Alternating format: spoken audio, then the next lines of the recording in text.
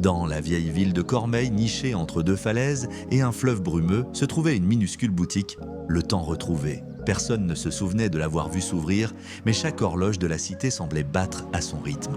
On disait que son propriétaire, un vieil homme nommé Maître Eliane, pouvait réparer le temps lui-même.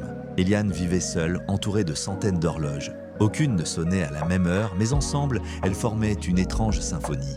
Chaque tic-tac semblait raconter une histoire. Pourtant, Eliane ne souriait jamais. Il travaillait avec la précision d'un chirurgien, les yeux fatigués, le regard perdu dans quelques souvenirs anciens. Un soir d'hiver, alors que la neige tombait silencieusement, une jeune fille entra dans la boutique. Elle portait une montre cassée au poignet, un objet minuscule d'argent terni. « C'est à ma mère », dit-elle d'une voix douce. « Elle s'est arrêtée le jour de sa mort. Vous pouvez la réparer ?» Eliane prit la montre et la retourna dans sa main. À l'intérieur, il reconnut son propre travail, un mécanisme d'une finesse rare qu'il n'avait fabriqué que pour une seule personne, Élise, la femme qu'il avait aimée autrefois. Son cœur manqua un battement. « Comment s'appelait votre mère ?» demanda-t-il. « Élise Morel », répondit la jeune fille. « Vous la connaissiez ?»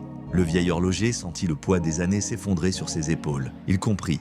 La jeune fille était sa fille, celle qu'il n'avait jamais vue. La vie les avait séparés, et le temps, cruel gardien, avait effacé jusqu'à leurs souvenirs partagés. Eliane se mit au travail. Il ouvrit la montre avec précaution, chaque ressort vibrant comme une corde de mémoire. Des images affluaient, un rire sous la pluie, des doigts détachés d'encre, une promesse murmurée. Il travailla toute la nuit.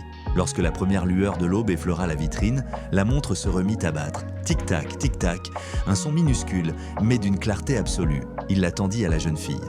Elle fonctionne à nouveau. Elle sourit, les yeux brillants de larmes. « Merci, monsieur.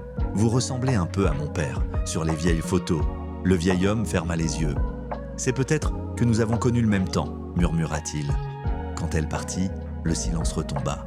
Eliane leva la tête.